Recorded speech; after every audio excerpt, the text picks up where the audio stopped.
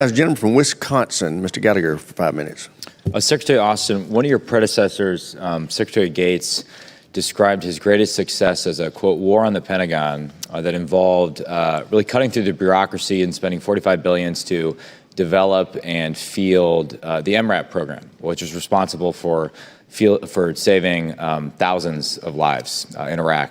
As you look at the problem we face across the Taiwan Strait, what do you see as your version of that? What is your version of the MRAP success, the thing that you are personally bird-dogging to ensure the bureaucracy is not slowing down our efforts to enhance deterrence across the Taiwan Strait? Yeah, so in accordance with the Taiwan Relations Act, as you know, we are absolutely focused on making sure that Taiwan has what it needs to defend itself, the right kinds of capabilities. So pulling together what it takes to get those capabilities to Taiwan at relevant speed is the challenge. And you see us, and I think we may have talked to you about this the other day, pulling together a number of entities to work at this on this problem set. More work to be done for sure, but we're moving out. So. But what is in simple terms that even I could understand, what would be sort of the thrust of that effort? Well, you want on the one hand, there's always this focus on going after the big platforms, the shiny objects that are very attractive. But what does it really take to be able to defend yourself in the most effective fashion if you're a smaller nation? And we saw some of that we're seeing some of that in Ukraine.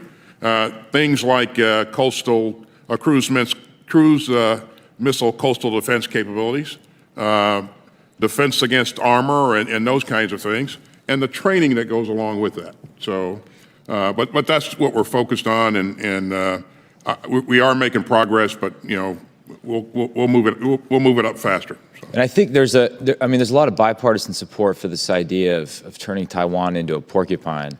Can the members of this committee have confidence that the Secretary of Defense is personally engaged in that effort and pushing the Pentagon bureaucracy to deliver a deterrence by denial capability west of the international date line in the next 2 years? Absolutely. There's not a week that goes by that I am not talking to commanders and staff on the problem set, the challenges that we face with China, and me personally. And so that is a part of our battle rhythm, for lack of a better term. And again, I think that's what it's going to take to do the kinds of things that you just described.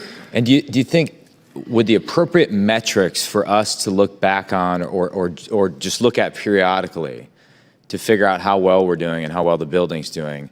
What you mentioned, coastal defense, cruise missiles, what are the things we should look at that we can actually count and measure over the next 2 years? Well, I think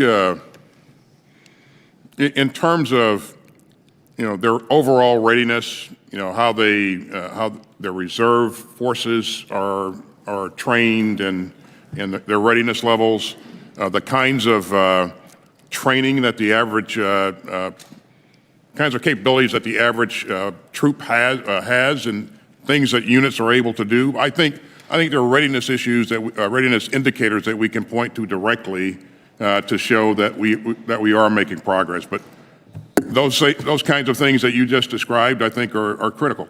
In the minute and 6 seconds I have left, I want to draw your attention to an article by John Pomfret and Matt Pottinger called Xi Jinping Says He's Preparing China for War, and talks about 4 speeches that Xi, the General Secretary of the Chinese Communist Party, the Supreme Leader of China, has given this month, which have as one of their major themes preparing the party and the country for war, including reducing food imports down to zero. They currently rely on the world for 40% of food imports, military mobilization offices across the country, combat casualty hospitals in the province closest to Taiwan.